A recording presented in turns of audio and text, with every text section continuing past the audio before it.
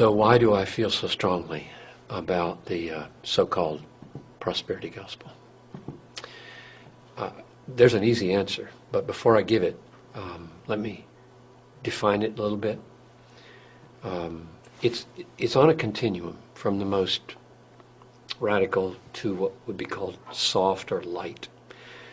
And the most radical would be basically say, God wants you rich, and you should partner with him by faith to pursue riches. And the justification would be given, can't accomplish much in life without money. And so, go for it. Or another rationale might be, you're kingdom kids, and kingdom kids don't wear tattered clothes. They dress like the king, and so on. The light would be simply being more cautious not to say those gross things about wealth, but to minimize sin and minimize pain and only talk about how well things will go for you if you follow Christ. So why do I abominate this so-called gospel? I think it is another gospel.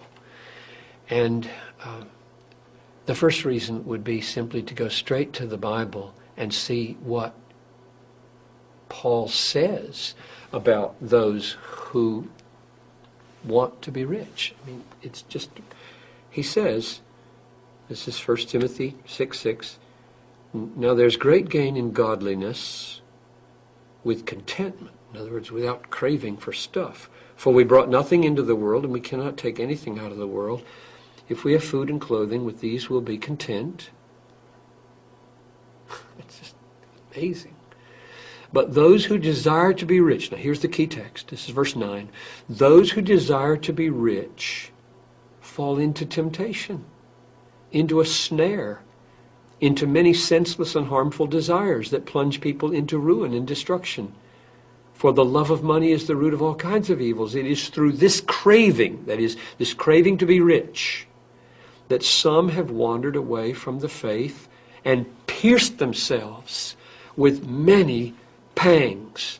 In other words, the very thing that leads people to suicidal piercings of pangs, namely the desire to be rich, is nurtured and cultivated by the prosperity preachers.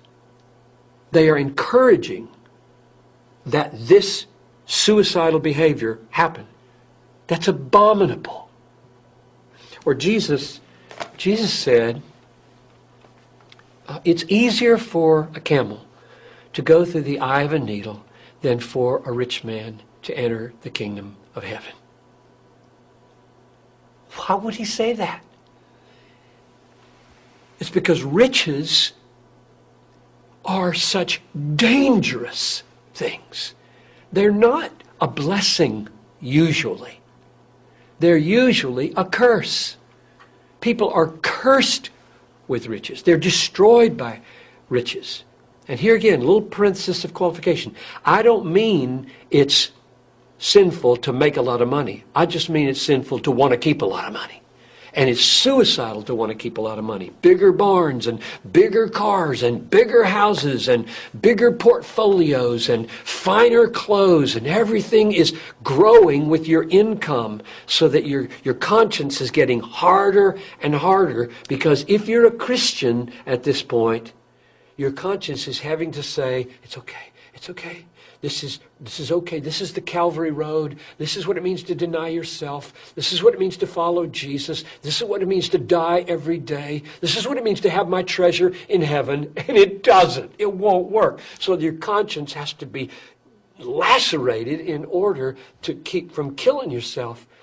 And so Jesus says it's hard for a rich man to get into the kingdom of heaven. Paul says those who desire to be rich fall into temptation and pierce themselves with many pangs. And along comes a prosperity preacher who says, yes, the Lord really wants you to be rich. We should pursue riches. Following Jesus is the pathway to riches. Riches are the sign of God's blessing.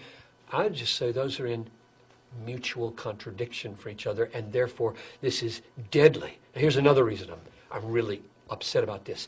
These prosperity preachers don't just talk to Americans who are already fairly well off and try to help them, become a little more rich.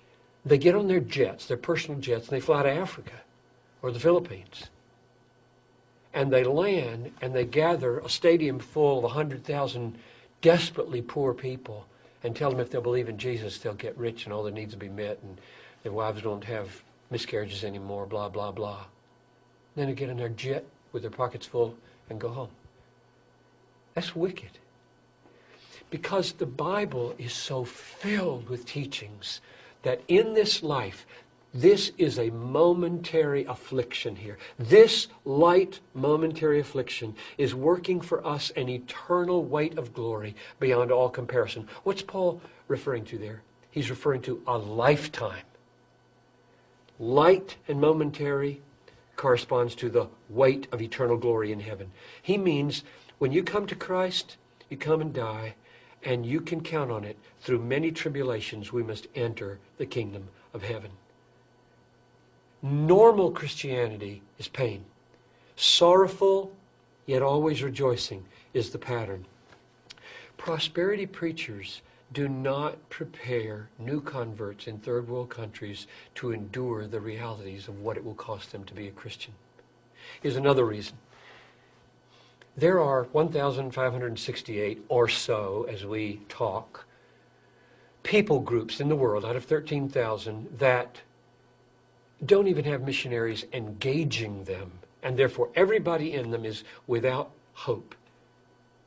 Most of those 1,500 people groups are in very dangerous places, meaning if you go there, your kids might either get disease and die, or your wife might be captured and raped, or your family might be butchered and killed. Who's going to go? We have to go. Jesus said, make disciples of every people group, not just the easy ones, not just the comfortable ones. Who's going to go? The product of prosperity preachers? I don't think so. The people that are going to go are the people that have been taught that to follow Christ is to suffer, and it's brief. It's only 80 years. And then comes heaven. I just read this morning with Noel and Talitha, first paragraphs of Revelation 21. And I saw a new heaven and a new earth. For the former heaven and the former earth had passed away, and the sea was no more. And I saw the new Jerusalem coming down like a bride prepared for her husband. And he will dwell with us, and we will be his people, and he will be our God. And then every tear will be wiped away, and every pain will be gone.